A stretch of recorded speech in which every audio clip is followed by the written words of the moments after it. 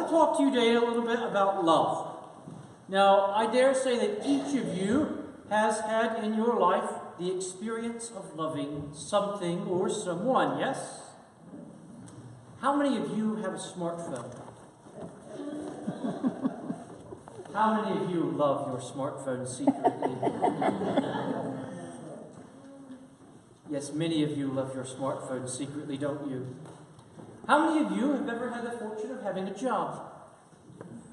Yes, many of us have had that fortune. How many of you love your jobs? Good for you. How many of you love where you live or love your car? People love their children, people love their pets, people love their families.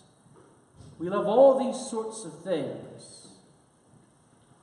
People love their spouses, yes? You're supposed to. If you don't come see me, that's another problem for you to work on. How many of you love God? Yeah, you're also supposed to do that, aren't you?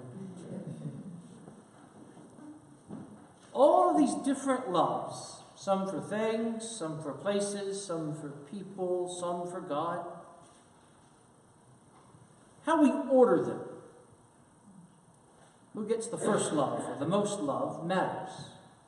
Because what you love is what you will invest your time and your energy and your effort into. And what you invest your time and your energy and your efforts into shapes who you are today and who you will be tomorrow and the day after. Ordering of your love is really important to what your future will look like. Now, I want to tell you a story about a wedding that happened in a village called Cana of Galilee. Now, everyone knows weddings are all about love, right? They're partially about love, at least, right? Yeah, they should be at least partially about love. But weddings are also about commitment, aren't they? Committing to this other person. Love is a commitment. Now, at this wedding in Cana, Jesus and his mom Mary have been invited, and they're going to the wedding. Now, this is kind of one of those weddings that we think of as a big deal now. Kind of like the royal wedding, and everyone's got to wake up early and eat cheap scones and watch it. But this wedding would have been just your regular, ordinary garden variety wedding. It would have been about 4 miles from their home in Nazareth. Even without a car, going 4 miles is not that hard to do. They would have been going for the party, for the wedding, not a big deal. Here they are at the wedding. Things are going great. And in the ancient Near East, the way weddings worked, it was kind of like a week or a week and a half long party where everyone would get together and there was eating and drinking of wine and dancing and partying. And then they did more eating and drinking of wine and dancing and partying, and on the feasting would go. And then eventually you'd have the ceremony, and they'd have the wedding, and it would be over, and everyone would go home exhausted but full of joy and merriment. But at this wedding, they've been doing some feasting and some drinking of wine and some dancing and merrymaking. And do you know what happened? They didn't invite Lee Elliott over to their dinner party. Because if you go to a dinner party with Lee, you get really good wine and more than you could possibly drink. But they didn't invite Lee to dinner. And the wine gave out.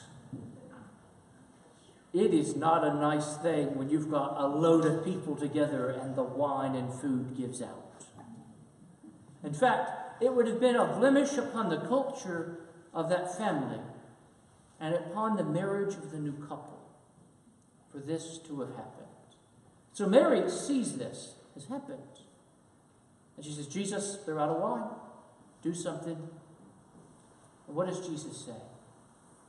Woman, don't ever say that to your mom, by the way, or to your grandmother. come to find out that doesn't work out for you long term.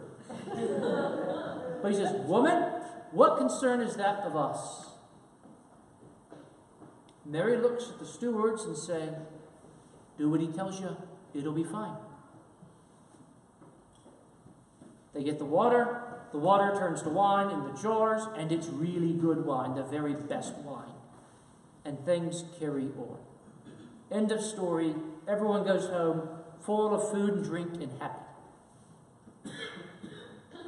But what about Mary?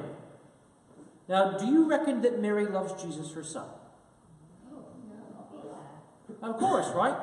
I mean, moms are supposed to love their sons, and moms do love their children, don't they? I mean, that's what moms do.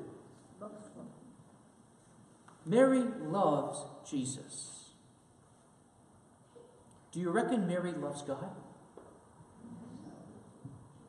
Yeah. Mary loves God so much that she said yes to God in a way that no one before or since has ever said yes to God. She said yes to being the person who would bring Jesus to the whole world.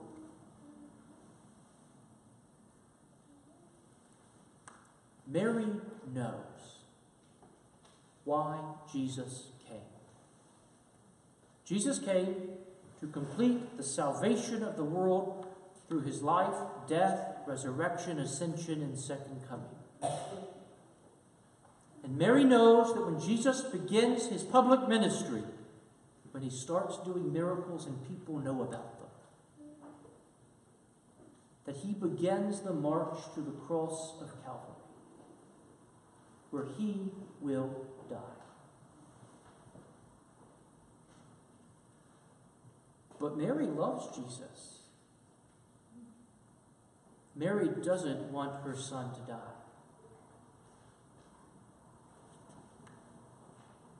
But Mary loves God and has said yes to God.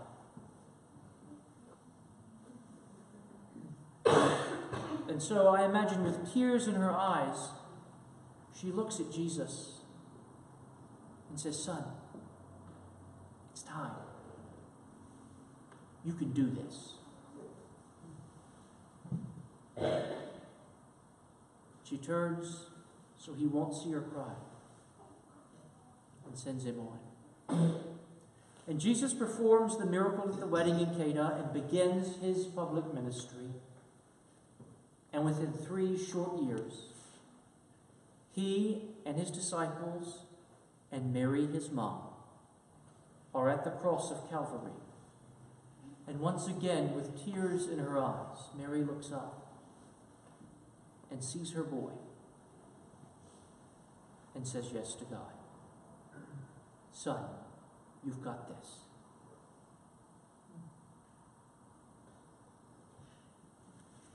Mary loves Jesus as her son, and Mary loves God.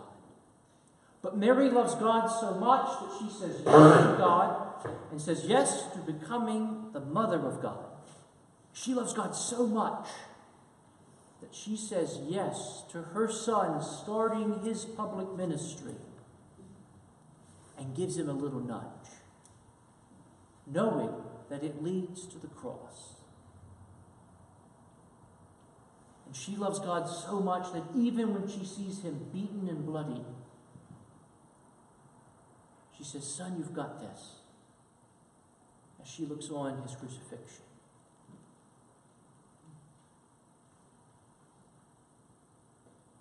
Mary loves God more than anything. What do you love? Do you love God? Amen.